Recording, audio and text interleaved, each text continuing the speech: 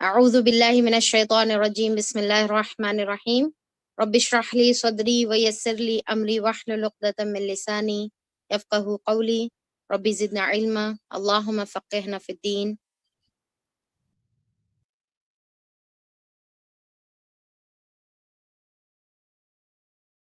اللہم انی اسألک علما نافعا ورزقا طیبا وعملا متقبلا۔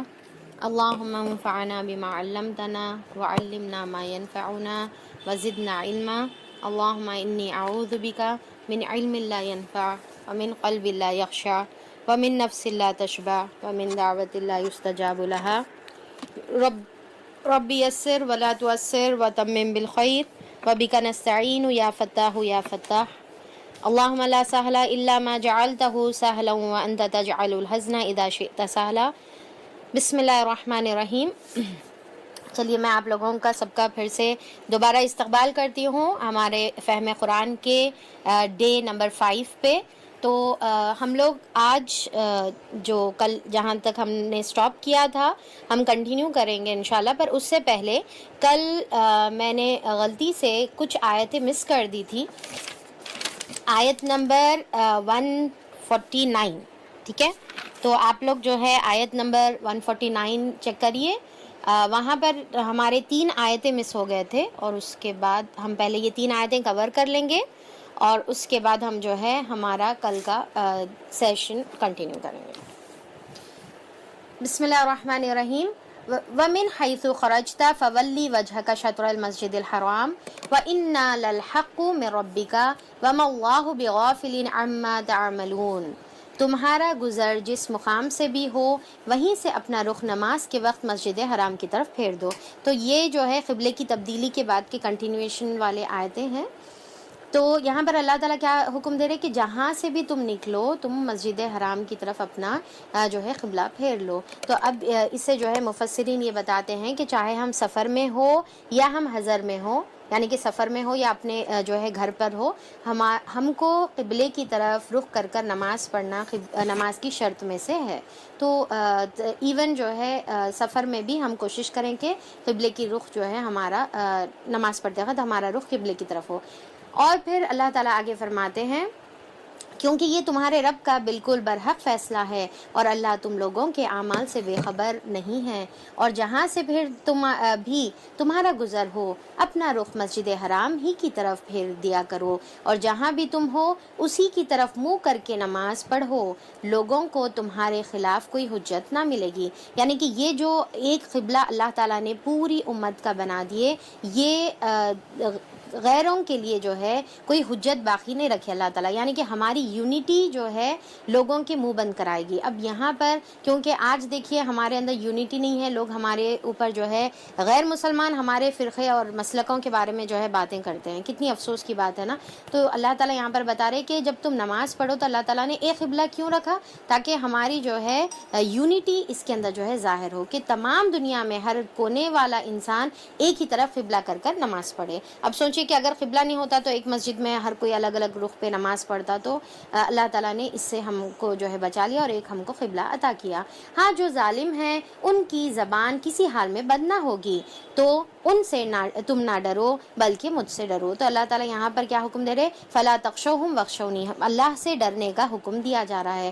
تو یہ صرف قبلے کے معاملے میں نہیں بلکہ ہر معاملے میں اللہ تعالیٰ ہم کو حکم دیتے ہیں کہ ہم کو اللہ سے ڈرنا چاہیے۔ یعنی کہ چاہے ہم کہیں پر بھی ہو، اب جیسا ہم سفر میں ہے، مالز میں ہے، یا پھر جو ہے مارکیٹ پلیسز پہ ہے، کالجز میں ہے، کہیں پر بھی ہو، تو ہم دوسروں کے ڈر سے جو ہے نماز چھوڑ دیتے۔ تو اللہ تعالیٰ یہاں پر بتا رہے کہ نماز جو ہے یعنی کہ مجھ سے ڈرو۔ اب سر کیا بولتے، لوگ کیا بولتے، ارے ہم بیچ میں پڑھیں گے تو سب جنے ہم کو دیکھتے، تو یہ ہمارا جو ہے نظریہ نہیں رہنا ہے، بلکہ ہم کو اللہ سے ڈر کر جہاں کہیں رہو ہم کو اللہ کی طرف قبلہ کرنا ہے اور نماز پڑھنا ہے۔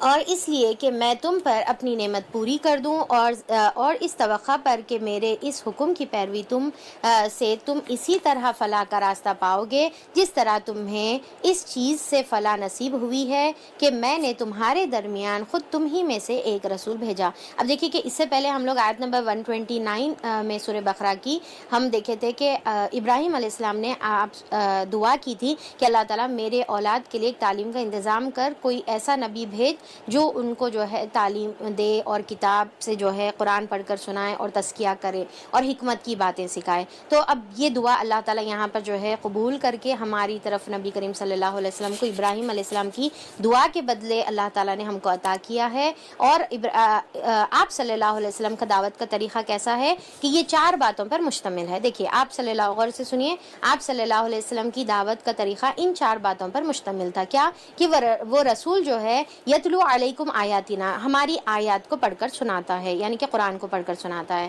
اور پھر کیا ہے اپنی مرضی سے نہیں بولتا بلکہ قرآن سے جو ہے تعلیم دیتا ہے، اور وَيُزَكِّيهِمْ، اور ان کا جو ہے تزکیہ کرتا ہے، ان کو پاک کرتا ہے، ان کے جو ہے جو برائیاں ہیں، ان کے اندر جو بھی غلط عادتیں ہیں اس کو جو ہے نکالتا ہے، اور پھر وَيُعَلِّمُكُمُ الْكِتَابَ، اور کتاب کو جو ہے صرف پڑھ کر نہیں سناتا بلکہ اس کی تعلیم دیتا ہے کہ وہ کتاب کے اندر کیا معنی ہیں۔ ایک ایک آیت کو جو ہے پڑھ کر آپ صلی اللہ علیہ وسلم ہم کو جو ہے صحابہ کو اور ہمارے لیے جو ہے سمجھایا کرتے تھے، یہ نہیں کہ صرف تلاوت کر دیے۔ تو اب یہاں پر اس سے ہم کو بھی سمجھ میں آتا، دیکھیں کہ صرف قرآن کی تلاوت نہیں کرنا ہے، تلاوت بھی اپنے جگہ پر بہت اہمیت رکھتی ہے، اس کے اندر کوئی شک نہیں ہے، پر اصل کیا ہے اس کی جو ہے کتاب کی تعلیم ہے، کہ تعلیم ہم کو جو ہے اس کے اندر حاصل کرنا ہے کہ اس آیت میں اللہ تعالیٰ ہمارے لیے کیا میسج دے رہے ہیں، اور پھر کیا ہے حکمت کی باتیں سکھاتا ہے۔ حکمت کا مطلب کیا ہے کہ آپ صلی اللہ علیہ وسلم کی تمام جو ہے سنتیں اور آپ صلی اللہ علیہ وسلم جو ہم کو بتائے، جو ہم آج حدیث کی شکل میں ہم کو ملی ہے، تو حکمت سے مراد جو ہے آپ صلی اللہ علیہ وسلم کی ٹیچنگز ہے، آپ صلی اللہ علیہ وسلم کی تعلیمات ہے، آپ صلی اللہ علیہ وسلم کی جو ہے سنتیں ہیں۔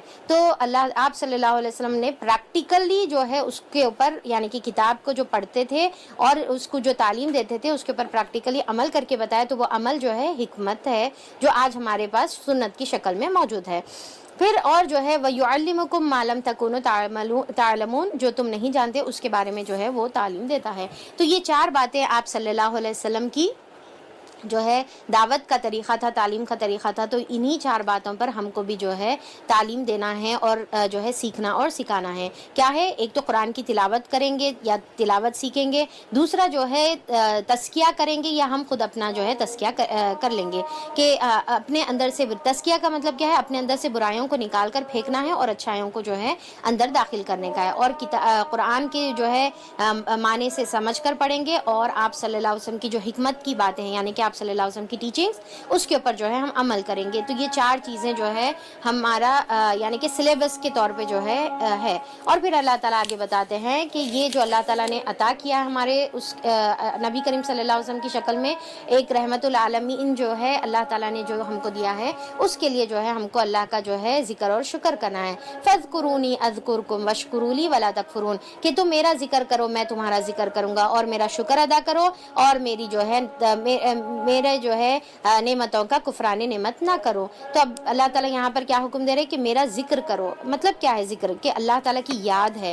ذکر کا مطلب کیا ہے؟ اللہ تعالیٰ کی یاد ہے۔ تو ہم ایک تو ذکر زبان سے ہوتا ہے، اور دوسرا ذکر جو ہے ہم اپنے عمل سے کرنا ہے، کہ ہر ہمارا عمل جو ہے اللہ تعالیٰ کی یاد میں ہونا چاہیے، یعنی کہ یاد میں مطلب کیا ہے کہ اس اللہ تعالیٰ کے حکم کے مطابق ہونا چاہیے، تو وہ جو ہے ذکر ہے۔ تو اللہ تعالیٰ یہاں پر جو ہے کیا بتا رہے کہ میں تمہارا ذکر کروں گا، جیسا ہم حدیث میں پڑھے تھے کہ بندہ جب مجھے جی میں یاد کرتا ہے تو میں بھی اس کو جو ہے اپنے جی میں یاد کرتا ہوں۔ جیسا ہم اللہ تعالیٰ سے معاملہ کریں گے، سیم اللہ تعالیٰ ہمارے ساتھ ویسے ہی معاملہ کرتے ہیں۔ اب جیسا ہم بیٹھے ہوئے ہیں اور یہاں پر اللہ تعالیٰ کا ذکر کر رہے، تو اللہ تعالیٰ بھی جو ہے اپنی محفل میں، فرشتوں کی محفل میں ہمارا ذکر کریں گے۔ تو اب اور پھر اللہ تعالیٰ بول رہے میرا شکر ادا کرو، یعنی کہ اللہ تعالیٰ کی نعمتوں کا شکر کیا ہے کہ اس کو جو ہے ہم ایک تو زبان سے الحمدللہ کہنا، یہ بھی شکر ہے، پر اس کا صحیح استعمال، ہماری آنکھ، کان، جسم، صحت، زندگی، جو اللہ تعالیٰ یہ تمام نعمتیں جو ہم کو نوازے ہیں، اس کا صحیح استعمال اصل میں اس کا شکر ہے، اور اس کا غلط استعمال جو ہے کفران نعمت ہے۔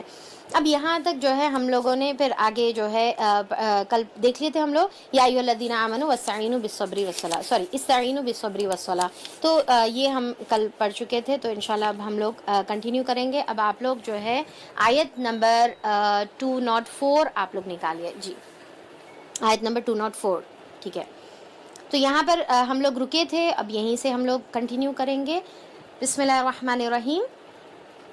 انسان میں کوئی تو ایسا ہے جس کی باتیں دنیا کی زندگی میں تمہیں بہت بھی بھلی معلوم ہوتی ہے، یعنی کہ بات جب کرتا ہے تو بہت اچھی اچھی جو ہے باتیں کرتا ہے، اور اپنی نیک نیتی پر وہ بار بار خدا کو گواہ ٹھہراتا ہے، مگر حقیقت میں وہ بدترین دشمن حق ہے، یعنی اور پھر سخت جھگڑالو ہے۔ تو اللہ تعالیٰ یہاں پر کیا بتا رہے کہ ظاہری طور پہ تو باتیں اچھی کرتا ہے پر سخت جھگڑالو ہے۔ تو کل ہم جھگڑے کے بارے میں بھی دیکھے تھے کہ اللہ کے نزدیک سب سے ناپسندیدہ انسان سخت جھگڑا کرنے والا ہے۔ اور پھر یہاں پر دیکھیں کہ اکثر اب آگے جو ہے آئلی قانون ہمارے آ رہے ہیں، یعنی کہ فیملی کے ایشوز جو ہے آ رہے ہیں، طلاق کے بارے میں یہ تمام چیزیں۔ تو یہاں پر دیکھیے کہ کیا اللہ تعالیٰ بتا رہے ہیں کہ آیت نمبر 204 میں کہ آپ جھگڑا کرنے والا انسان جو ہے سخت ناپسندیدہ ہے۔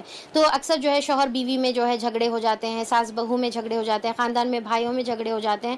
تو یہ چیزوں سے ہم کو جو ہے بچنا ہے۔ ایک تو ہر قسم کے جھگڑے سے بچنا ہے، اور خاص طور پہ جب آپ ایک فیملی میں رہتے تو فیملی میں رہنے کے بعد جو ہے اگر شوہر بیوی لڑے، اور خاص طور پہ بچوں کے سامنے، تو آپ سوچیں کہ کیا ان کے اوپر جو ہے اس کا اثر پڑتا۔ حالانکہ بچے جو ہے شوہر سے یعنی کہ باپ سے بھی محبت کرتے ہیں، ماں سے بھی محبت کرتے ہیں، محبت تو دونوں کی ہوتی ہے، وہ بہت زیادہ جو ہے ڈپریسڈ ہو جاتے ہیں، اور ہم تصور بھی نہیں کر سکتے کہ ان کے ذہنوں پہ ہماری یہ باتوں کا، ہماری یہ لڑائیوں کا کیا اثر ہو رہا، اور پھر ہم ان کے نزدیک جو ہے عزت بھی کھو دیتے جب دیکھ رہے کہ بیوی جو ہے اپنے شوہر سے بحثیں کر رہی، لڑائی جھگڑا کر رہی، یا شوہر جو ہے بہت ہی بدتمیزی سے جو ہے بیوی کے ساتھ سلوک کر رہا، تو اس سے جو ہے والدین کی جو عزت رہتی ہے بچوں کے سامنے وہ ختم ہو جاتی ہے۔ اگر کوئی ڈسپیوٹس بھی ہے تو تنہائی میں، اکیلے میں، روم میں جو ہے لڑنا، جا کر جو ہے بحث کرنا، یا جو بھی اپنے جو ہے میٹر سالو کرنا۔ اور کل جیسا ہم پڑھے تھے کہ شوہر اور بیوی ایک دوسرے کے لباس ہے، تو ہم کو جو ہے ایک دوسرے کی پروٹیکشن کرنا، ایک دوسرے کا خیال کرنے کا ہے۔ اور پھر اگر ایشوز تو ہوتے ہیں پر گھر میں اس کو جو ہے بیڈ روم میں سالو کرنا چاہیے، نہ جو ہے اپنے جو ہے یعنی کہ سسرال میکے کے سامنے لانا چاہیے۔ تو یہ چیز امپورٹنٹ ہے۔ اور پھر اگر ہم ایسا کریں گے تو ہماری اولاد جو ہے ہم سے یہی تعلیم لے گی، اور ایک جو ہے ہم ایک اچھی اولاد کی تربیت نہیں کریں، ایک برا جو ہے بیٹا ہم جو ہے وجود میں لے کر آ رہے ہیں، اور ایک بری بیٹی جو ہے ہم وجود میں لے کے آ رہے ہیں۔ اور ساس بہو کے بھی جو جھگڑے ہوتے ہیں، تو اس میں بھی جو ہے ہم بہت ہی بڑا وسعت قلبی سے کام لیں، کیونکہ مومن کا شعار کیا ہوتا ہے، وہ معاف کرنے والا ہوتا ہے، بڑا دل کرنے والا ہوتا ہے۔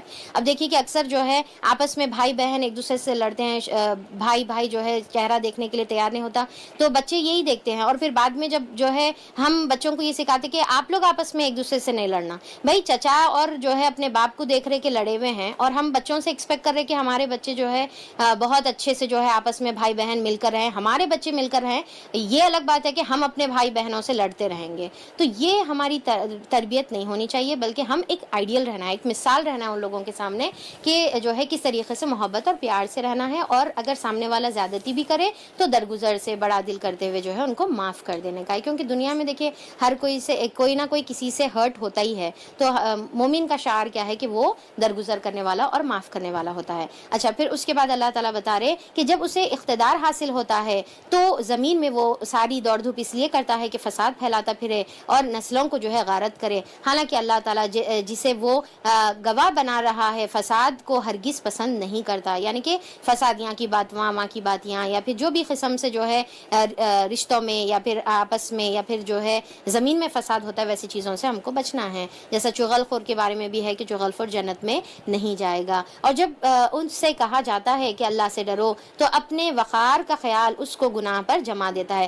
اب دیکھیے کہ یہ جو سینٹنس ہے یہ بہت ہی پاورفل سینٹنس ہے کہ جب اسے کہا جاتا ہے کہ اتق اللہ، اللہ سے ڈر، جس کے بارے میں آتا ہے کہ عمر رضی اللہ عنہ کے بارے میں آتا ہے کہ جب بھی ان سے اتق اللہ کہتے تھے کوئی، تو وہ اتنا ڈر جاتے تھے کہ سجدے میں گر جاتے تھے اور اپنی جو ہے کلے کو, اپنے جو ہے گال کو زمین پر جو ہے رکھ دیتے تھے اور بولتے تھے کہ یہ بات میرے سے مت بولو, یعنی کہ اتنا آپ جو ہے یہ سینٹنس پہ لرز جاتے تھے. اب آج دیکھیے ہم جو ہے کبھی اگر ایسا ورڈ استعمال بھی کریں تو سامنے والے ہاں ہمارے کو زیادہ بولنے کی ضرورت نہیں ہے. تو ایسی جو ہے قسم کی باتیں ہم کو نہیں کرنا ہے. اگر کوئی ہم سے, ایک تو اللہ سے ڈرتے رہنا ہے, اور دوسرا اگر ایسی سچویشن آئے تو ہم کو فوری اللہ تعالیٰ کے سامنے جو ہے جھک جانا ہے, یعنی کہ اللہ کے حکم کو مان لینا ہے, اپنی ضد میں نہیں آنا ہے, اپنی عزت اور اپنے تکبر کی وجہ سے جو ہے اللہ تعالیٰ کے احکامات سے جو ہے دور نہیں ہٹنا ہے. جیسا کسی کو جو ہے نماز کی طرف بلایا جا رہا, پردے کی طرف بلایا جا رہا, قرآن کی طرف بلایا جا رہا, تو ہاں ہم کو بولو مت, ہم کو سب معلوم ہے. تو ایسی جو ہے الفاظ ہم جو ہے نہیں نکالیں, بلکہ اللہ تعالیٰ سے جو ہے ڈر کر زندگی گزارے. وبئس المہاد, اور وہ جو ہے جہنم بہت ہی برا ٹھکانہ ہے. اور پھر جو ہے دوسری طرف انسانوں ہی میں سے کوئی ایسا ہے جو رضائے الہی کے طلب میں اپنی جان کھپا دیتا ہے, یعنی کہ اس کی پوری زندگی کی دوڑ اور دھوپ کس کے لیے ہوتی ہے؟ اللہ تعالیٰ کی رضا حاصل کرنے کے لیے ہوتی ہے. اب اللہ تعالیٰ یہاں پر بہت ہی امپورٹنٹ آیت بتا رہے, آیت نمبر 208, یا ایھا الذین آمنوا ادخلوا فی السلم کافہ, اے لوگو جو ایمان لائے ہو اسلام میں پورے کے پورے داخل ہو جاؤ. یعنی کہ تمہارا عمل, تمہارا دل, تمہارا جو ہے زبان پوری کی پوری جو ہے مسلمان ہو, پوری کی پوری سرنڈرڈ ہو. مسلمان کے بارے میں ہم پڑھے تھے, اسلام کا کیا مطلب ہے کہ جو ہے اپنے آپ کو جو ہے سرنڈر کر دینا, اپنی خواہشات کو, اپنی زبان کو, اپنے دل اور دماغ, ہر چیز کو. تو اب یہاں پر اللہ تعالیٰ بول رہے کہ یہ نہیں کہ زبان سے جو ہے تم دین کی بات کرو اور تمہارا عمل جو ہے اس کے خلاف ہو, یا پھر جو ہے تمہارے جو ہے قول اور عمل میں جو ہے تضاد نہیں رہنا ہے. اور دوسرا اور ایک مطلب یہ بھی ہو سکتا ہے کہ اسلام کے جو ہے کچھ چیزوں پر عمل کر لے رہے, کچھ چیزیں جو ہے یہود کی کاپی کر لے رہے, نصارہ کی کاپی کر رہے, ہمارے اطراف کے ماحول کی کاپی کر رہے. بھئی آج تو جو ہے اتنا ترقی یافتہ جو ہے زمانہ ہے, اب یہ پرانی چیزیں آج کہاں پر چلنے والی. تو ایسی طریقے کی جو ہے باتیں ہم کو نہیں کرنا ہے, بلکہ اسلام کے ہر حکم پر عمل کرنا ہے. اور جو حکم پر ہم عمل نہیں کر سکتے, کم سے کم اس کے لیے جو ہے شرمندگی اور توبہ جو ہے مسلسل ہونی چاہیے. اور اللہ تعالیٰ بول رہے کہ شیطان تو تمہارے کو اسلام سے نکالنے کی کوشش کرتے رہتا, پر تم جو ہے ولا تتبعوا خطوات الشیطان, شیطان کے نقش قدم پر مت چلو, وہ تمہارا کھلا دشمن ہے. اور پھر جو ہے جو صاف صاف ہدایت تمہارے پاس آ چکی ہے, اگر ان کو پا لینے کے بعد پھر تم نے لغزش کھائی, تو یعنی کہ تھوڑا سا بھی جو ہے اپنے ثابت قدمی سے ہل گئے, تو خوب جان رکھو کہ اللہ سب پر غالب اور حکیم و دانا ہے. ان ساری نصیحتوں اور ہدایتوں کے بعد بھی لوگ سیدھے نہ ہوں تو کیا اب وہ اس کے منتظر ہیں. دیکھیے اب یہاں پر یہ آیتیں سن کر ہمارا دل فوری اللہ کے سامنے جھک جانا ہے, ورنہ اللہ کی وارننگ آ رہی. کیا بول رہے اللہ تعالیٰ کہ کیا وہ اس کے منتظر ہے کہ اللہ تعالیٰ خود جو ہے بادلوں کے سائے میں فرشتوں کے ساتھ جو ہے دنیا آسمان پر آئے اور پھر جو ہے فیصلہ کر ڈالے, یعنی کہ جو ہے عذاب جو ہے ان کے پر لا دے. آخر کار سارے معاملات پیش تو اللہ ہی کے حضور ہونے والے ہیں. بنی اسرائیل سے پوچھو کیسی کھلی کھلی نشانیاں ہم نے انہیں دکھائی ہیں, یعنی کہ بنی اسرائیل کو بھی دکھائی, اللہ تعالیٰ ہم کو بھی دکھا رہا ہے. پھر یہ بھی انہیں سے پوچھ لو کہ اللہ کی نعمت پانے کے بعد جو قوم اسے شقاوت سے بدل دیتی ہے, اسے اللہ کیسی سخت سزا دیتا ہے. یعنی کہ اللہ کی آیتیں آنے کے بعد جو ہے فوری اس کے سامنے جھک جانا ہے, نہ کہ تکبر. جو لوگوں نے کفر کی راہ اختیار کی ہے, ان کے لیے دنیا کی زندگی بڑی جو ہے محبوب دل پسند بنا دی گئی ہے. کفر اختیار کرنے والوں کے لیے کیا ہے؟ دنیا بہت محبوب ہے, دنیا بہت پسندیدہ ہے. یعنی کہ دنیا کے اندر ہی ان کا دل اٹکا ہوا رہتا, اور دنیا کے اندر ہی جو ہے ان کی بھاگ دوڑ دھوپ اور جو ہے کوششیں, جدوجہد ساری دنیا سے متعلق رہتی. پر یہ کس کا شیوا ہے؟ یہ کفر والوں کا شیوا ہے, مسلمانوں کا شیوا نہیں ہے. ایسے لوگ ایمان کی راہ اختیار کرنے والوں کا مذاق اڑاتے ہیں, مگر قیامت کے روز پرہیزگار لوگ ہی ان کے مقابلے میں عالی مقام ہوں گے. یعنی کہ ان کے لیے آخرت میں جو ہے بہتر انجام ہے. رہے دنیا کا رزق تو اللہ کو اختیار ہے, جسے چاہے بے حساب عطا کرے. یعنی کہ مومن کو بھی عطا کرے گا, کافر کو بھی عطا کرے گا دنیا کا رزق, پر آخرت میں جو ہے صرف مومن کے لیے مقام رہے گا. ابتدا میں سب لوگ ایک ہی طریقے پر تھے. اب یہاں پر جو ہے بہت ہی امپورٹنٹ آیت بتائی جا رہی ہے, آیت نمبر 213, کہ اس کے اندر کیا بتا رہے, ابتدا میں شروع سے جو ہے ایک ہی امت اللہ تعالیٰ بنائے, پھر یہ حالت باقی نہ رہی اور اختلافات رونما ہو گئے, تب اللہ نے نبی بھیجے. اختلافات کو دور کرنے کے لیے کیا بھیجے؟ اللہ تعالیٰ نے نبی کو بھیجا. کیا ہے؟ پھر سے بول رہی ہوں میں، اختلافات کو دور کرنے کے لیے نبی کو بھیجا گیا۔ اب نبی کے آنے کے بعد، نبی کے تعلیمات آنے کے بعد اگر ہم اختلاف کریں گے تو اس سے بڑی ہمارے لیے بدبختی اور افسوس کی کیا بات ہو سکتی ہے کہ نبی کے تعلیمات تو اختلاف دور کرنے کے لیے ہوتے ہیں۔ یعنی کہ آج بھی اگر ہم کوئی اختلاف میں مبتلا ہو جائے، یعنی کہ آج کوئی ایشو آ جائے، تو ہمارے کو پلٹنا کس کی طرف ہے؟ قرآن اور نبی کی تعلیمات کی طرف پلٹنا ہے، تو اختلاف چلے جاتا ہے۔ تو اللہ تعالیٰ یہاں پر بتا رہے کہ اللہ تعالیٰ نے نبی کو بھیجا اختلاف دور کرنے کے لیے، جو راست روی پر بشارت دینے والا اور کج روی کے نتائج سے ڈرانے والا ہے، ان کے ساتھ کتاب برحق نازل کی تاکہ حق کے بارے میں لوگوں کے درمیان جو اختلافات رونما ہو گئے ہیں ان کا فیصلہ کر دے۔ یعنی کہ نبی کے ساتھ کی جو کتاب قرآن اور ان کی تعلیمات اختلاف دور کرنے کا جو ہے، فیصلہ کرنے کا جو ہے ذریعہ ہے، اور ان اختلافات کے رونما ہونے کی وجہ یہ نہ تھی کہ ابتدا میں لوگوں کو حق بتایا نہیں گیا تھا، نہیں، بلکہ اختلاف کیے ان لوگوں نے کیا جنہیں حق کا علم دے دیا جا چکا تھا۔ انہوں نے روشن ہدایت پا لینے کے بعد محض اس لیے حق کو چھوڑا کہ مختلف طریقوں نکال کے وہ آپس میں زیادتی کرنا چاہتے تھے۔ تو اب دیکھیے اختلاف کرنے والے کون ہیں بتا رہے اللہ تعالیٰ یہاں پر اس کے اندر؟ علم والے۔ تو آج بھی دیکھا جاتا ہے کہ یہ علم والے جو ہے عجیب اختلافات میں جو ہے تمام عوام کو جو ہے گمراہ کر دیتے اور جو ہے بانٹ دیتے۔ تو یہاں پر ہم کو پلٹنا کس کی طرف ہے؟ قرآن اور حدیث کی طرف پلٹنا ہے، جو اختلافات کا سلوشن ہے۔ بس جو لوگ انبیاء پر ایمان لے آئیں انہیں اللہ نے اپنے اذن سے اس حق کا راستہ دکھا دیا جس میں لوگوں نے اختلاف کیا تھا۔ کس کے اوپر ایمان لانے کے بعد؟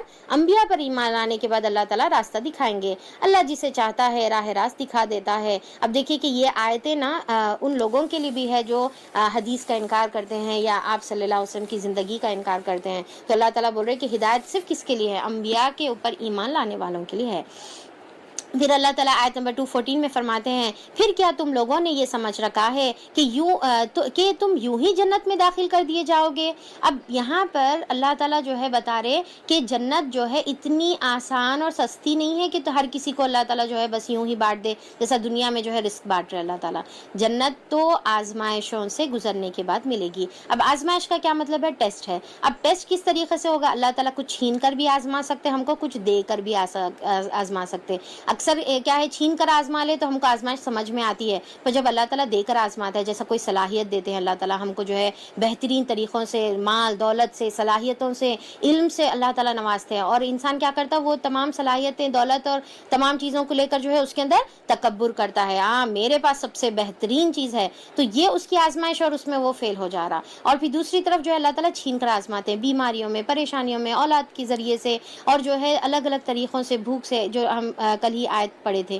تو اللہ تعالیٰ یہ آزما کر دیکھتا ہے، اس میں جو کامیاب ہوگا، دے کر آزمانے کے بعد، چھین کر آزمانے کے بعد جو کامیاب ہوگا تبھی وہ جنت میں داخل ہوگا۔ تو اللہ تعالیٰ یہاں پر بتا رہے کہ تم کیا سمجھ رہے کہ اتنی آسانی سے یوں ہی جنت میں تم کو داخلہ مل جائے گا؟ حالانکہ ابھی تم پر وہ سب کچھ نہیں گزرا جو تم سے پہلے ایمان لانے والوں پر گزر چکا تھا۔ ان پر سختیاں گزری، مصیبتیں آئے، ہلا مارے گئے، یہاں تک کہ وقت کا رسول اور ان کے صحابہ، ان کے ساتھی اہل ایمان چیخ اٹھے کہ اللہ کی مدد آخر کب آئے گی؟ یعنی کہ اتنی آزمائشیں آئی کہ بے چین ہو کر جو ہے نبیوں کا اور صحابہ کا بھی جو ہے صبر کا پیمانہ لبریز ہو گیا۔ اب آپ سوچ کے دیکھیے کہ خباب بن ارد کو جو ہے رات بھر شعلوں کی آگ پہ اگر لٹایا جائے تو کس طریقے سے جو ہے اس پر صبر کیا جا سکتا، پر انہوں نے ویسی آزمائشیں جھیلی۔ تو اب دیکھیے کہ ہم کیا ہے، آرام سے سکون سے بیٹھ کر جو ہے ہم اے سیوں میں، اپنے گھروں کی چھتوں کے نیچے جو ہے آرام سے بغیر کوئی مشقت کے ہم چاہتے ہیں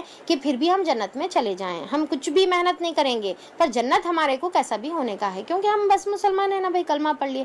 تو دیکھیے کہ اللہ تعالیٰ کیا بتا رہے کہ اتنی آسان جنت نہیں۔ دنیا میں بتائیے آپ کی کون سی چیز بغیر محنت کے ملتی ہے؟ میڈیکل سیٹ والوں سے پوچھیے، پی ایچ ڈی کرنے والوں سے پوچھیے، آپ باہر جو ہے گرین کارڈ ہولڈرز جو جدوجہد اور کوششیں کرتے ہیں، تو دنیا کی چیزوں کے واسطے کیا کیا جو ہے پاپڑا بیلنا پڑتا ہے۔ تو اب یہاں پر انسان یہ سمجھ رہا کہ جنت اتنی جو قیمتی ہے، اس میں جو ہے ہم آرام سے جو ہے چلے جاتے اور بس ہم کو اللہ تعالیٰ ایسی جنت میں ڈال دینا. تو یہاں پر جنت جو ہے بغیر آزمائش کے نہیں آئے گی، اور ہر کوئی سمجھنا ہے کہ اس کی زندگی میں جو کچھ حالات ہے اس کے، وہ اس کی آزمائش ہے، اور اس پہ اگر انہیں صبر اور شکر کریں گا تبھی اس کو جو ہے جنت ملے گی. اور ایمان کے ذریعے سے بھی ہم کو آزمایا جائے گا، تو ہم کو اس پہ بھی ثابت قدم رہنا ہے، اپنے ایمان کو چھوڑنا نہیں ہے. اس وقت انہیں تسلی دی گئی کہ ہاں اللہ کی مدد قریب ہے، اور یعنی کہ جو حالات ہے وہ بدل جائیں گے اور تمہاری اللہ تعالیٰ کی نصرت جو ہے آ جائے گی. لوگ پوچھتے ہیں کہ کیا خرچ کریں. اب دیکھیے صحابہ اکرام کی کیوریوسٹی کیسی تھی کہ کیا خرچ کریں، بار بار آپ صلی اللہ علیہ وسلم سے آ کے پوچھ رہے ہیں. اللہ تعالیٰ جواب دے رہے، اس کا جواب دو کہ وہ مال جو بھی تم خرچ کرو وہ اپنے والدین کے لیے، یعنی کہ سب سے بیسٹ جگہ جہاں پر ایک انسان خرچ کر سکتا ہے وہ اپنے والدین پر خرچ کر سکتا ہے، اور اس میں بھی ماں پر اور ساتھ میں باپ پر بھی. پھر دوسرا کہاں ہے خرچ کرنے کا؟ رشتہ داروں پر، یتیموں پر، مسکین پر، مسافر پر خرچ کرو. اب دیکھیے کہ یہاں پر ایک بات کی طرف میں توجہ دلانا چاہوں گی کہ اکثر کیا ہوتا کہ ہم یتیم، مسکین، مسافر، فقیروں کو تو دے دیتے، پر اپنے خود کے رشتہ دار، اپنے خود کے ضرورت مند گھر والوں کو جو ہے ہم بھول جاتے. تو یہ سب سے بڑی جو ہے بے وقوفی ہے انسان کے لیے. سب سے پہلے اللہ تعالیٰ خود ترتیب یہاں پر بتا دے رہے کہ والدین پر، اس کے بعد رشتہ داروں پر، پھر یتیم، مسکین اور مسافروں پر خرچ کرو. اور جو بھی بھلائی تم کرو گے اللہ تعالیٰ اس سے باخبر ہے.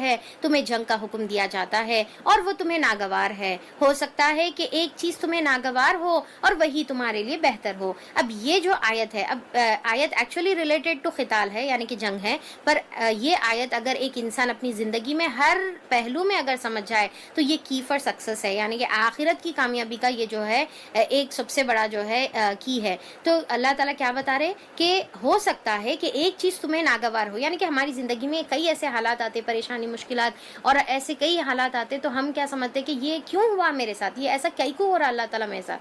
تو اللہ تعالیٰ بول رہے کہ اسی کے اندر تمہارے لیے کچھ نہ کچھ بہتری ہو سکتی ہے، تم کو نہیں معلوم ہے. یعنی کہ یا تو اللہ تعالیٰ تمہارے گناہ معاف کر رہے، تمہارے درجات بلند کر رہے، یا پھر جو ہے آخرت میں اس کے بدل جو تمہارے کو اجر ملیں گا تو تم تصور بھی نہیں کر سکتے کہ مطلب وہ مصیبت کی وجہ سے تم کو اتنا بڑا جو ہے اجر ملا. بعض کو جو ہے چیلنج جو ہے یعنی کہ فزیکلی چیلنج بچے پیدا ہو جاتے، تو الگ الگ جو ہے طریقوں سے آزمایا جاتا. کوئی جو ہے چہرے سے تھوڑے سے جو ہے یعنی کہ اللہ تعالیٰ آزماتا ہے ان کو. کسی کی شادی نہیں ہوتی، کسی کو بچے نہیں ہوتے، کسی کی جو ہے کسی کا انتقال ہو جاتا ہے، یا پھر نافرمان اولاد رہتی. یہ تمام چیزیں جو ہے کیا ہے؟ اللہ تعالیٰ کی آزمائش ہے، اور یہ ہمارے لیے ہو سکتا بہتر ہے، پر ہمارے کو ایکچولی اس کے پیچھے حکمت اللہ کی نہیں معلوم ہے. تو ظاہری طور پہ ہم ایک چیز کی کوشش کرتے رہتے پر وہ چیز ہوتی ہی نہیں رہتی. اب جیسا کوئی کسی کو جو ہے ایک لڑکی سے محبت کرتا ہے اور اس سے شادی کرنا چاہتا پر اس سے نہیں ہوتی، تو اللہ تعالیٰ کو معلوم ہے کہ اس میں اس کے لیے کیا چیز بہتری ہے. تو ہمارے کو ہر حال میں جو ہے اللہ تعالیٰ کی جو ہے حکم پر راضی ہونے والا بن جائیں ہم،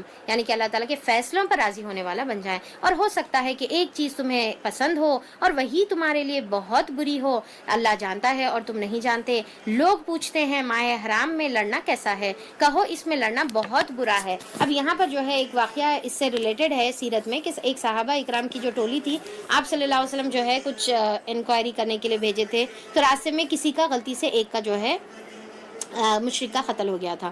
تو اب اس میں جو ہے ان لوگ یہ افواہ پھیلائے. اب جیسا مسلمان، اب جیسا تبلیغی جماعت کوئی کرتے ساتھی کیسا افواہیں پھیل رہی نا، تو وہ زمانے میں بھی جیسا مسلمان سے اگر کوئی غلطی ہو گئی تو اس کو جو ہے بہت زیادہ پھیلایا گیا، کیونکہ وہاں پر جو ہے وہ ڈاؤٹ فل تھا کہ وہ دن یا تو جو ہے رجب کا ختم کا دن تھا یا پھر شعبان کا فرسٹ شعبان تھی. تو وہ کنفیوژن میں جو ہے وہ یعنی کہ صحابی سمجھے کہ شعبان شروع ہو گیا اور ابھی جو ہے ہو سکتا کہ رجب تھی. تو یہ وجہ سے جو ہے جب مشرکوں کو اور یہودیوں کو معلوم ہوا تو کافی اس کی جو ہے چرچا ہوئی اور پروپیگنڈا کرے اسلام کے خلاف، کہ دیکھو خود ہی بولتے کہ یہ 4 مہینے حرام والے مہینے ہیں اور خود ہی جو ہے اس کے اندر قتل اور غارت گیری کرتے. اللہ تعالیٰ اس کا جواب دے رہے کہ اچھا ان سے تو غلطی سے قتل ہو گیا، پر تم جو کر رہے فساد برپا کر رہے وہ کیا ہے، اس کے بارے میں تمہارا اپنے بارے میں کیا خیال ہے.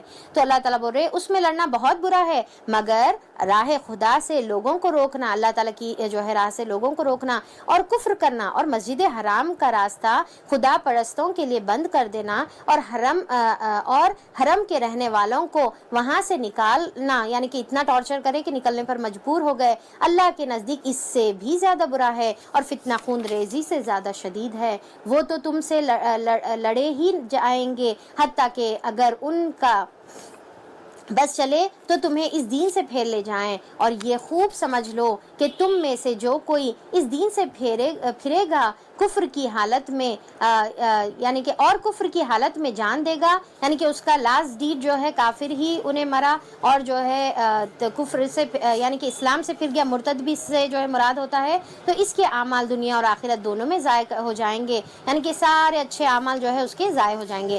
ایسے سب لوگ جہنمی ہیں اور وہ اس میں ہمیشہ رہیں گے، بخلاف اس کے کہ جو لوگ ایمان لے آئے اور جنہوں نے خدا کی راہ میں اپنی جان اور گھر بار چھوڑا، یعنی کہ جہاد کی ہجرت کی اور جہاد کیا، تو وہ رحمت الہی کے جائز امیدوار ہیں، اور اللہ ان کی لغزشوں کو معاف کرے گا اور اپنی رحمت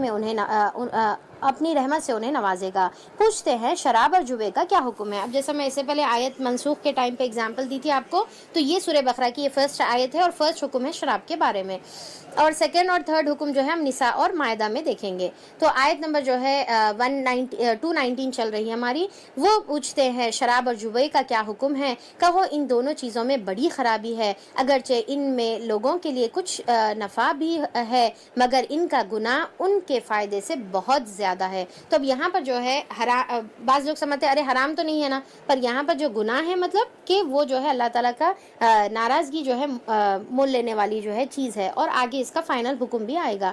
پوچھتے ہیں ہم راہ خدا میں کیا خرچ کریں؟ اب دیکھیں پھر سے جو ہے انہوں پوچھ رہے ہیں جو کچھ تمہاری ضرورت سے زائد ہو۔ اب یہاں پر اللہ تعالیٰ جو ہے یہ بتا رہے کہ اچھا پہلے تو پوچھے کہ کیا خرچ کرنا ہے، تو اللہ تعالیٰ بتا دیے مصرف۔ اب اللہ تعالیٰ اب یہاں پر پوچھ رہے کہ کتنا خرچ کرنا، تو اللہ تعالیٰ یہ بھی بتا رہے کہ جو بھی تمہاری ضرورت سے زائد ہے تم اپنی طرف جو ہے جمع کر کے جو ہے خزانے مت رکھو، بلکہ جو ہے جو تمہاری ضرورت ہے استعمال کرو اور باقی کا اللہ کی راہ میں خرچ کرو۔ اس طرح اللہ تمہارے لیے صاف صاف احکام بیان کرتا ہے، شاید کہ تم دنیا اور آخرت دونوں کی فکر کرو۔ پوچھتے ہیں یتیموں کے ساتھ کیا معاملہ کیا جائے؟ اب دیکھیں کہ پورے یہ جو آیتیں ہیں یسألونک یعنی کہ ان کی دیکھیں آیت کتنی کیوریوسٹی تھی صحابہ اکرام کے اندر چیزوں پر عمل کرنے کی۔ تو اب یہاں پر یتیموں کا پوچھ رہے جس طرز عمل میں ان کے لیے بھلائی ہے وہ تم اختیار کرو، یعنی کہ جو بھی بہتر سمجھ رہے ہو ان کے معاملے میں کرو، اگر تم اپنا اور ان کا خرچ اور رہنا سہنا مشترک رکھو یعنی کہ ملا کر کرو تو اس میں کوئی مضائقہ نہیں ہے، یعنی کہ ایک ساتھ جو ہے خرچ کر سکتے، آخر وہ تمہارے بھائی بند ہی تو ہے، برائی کرنے والے اور بھلائی کرنے والے دونوں کا حال اللہ پر روشن ہے، یعنی کہ اللہ تعالیٰ تو دل کا حال جاننے والا ہے کہ کون کیا نیت سے کس کے ساتھ کیسا معاملہ کر رہا۔ اللہ چاہتا تو اس معاملے میں تم پر سختی کرتا، مگر وہ صاحب اختیار ہونے کے ساتھ ساتھ صاحب حکمت بھی ہے۔ تم مشرک عورتوں سے ہرگز نکاح نہ کرو۔ اب یہاں پر کیا بتایا جا رہا دیکھیے کہ مشرک مرد رہو یا عورت رہو ان سے نکاح کرنا جو ہے اسلام میں حرام ہے، جائز نہیں ہے جب تک کہ وہ ایمان نہ لے کر آئیں۔ ایک مومن لونڈی مشرک شریف زادی سے بہتر ہے، یعنی کہ اگر ایک مومن لونڈی سے ایک غلام سے شادی کرنے کی نوبت آ رہی تو وہ کر لو، پر مشرک اور آزاد مشرک سے مت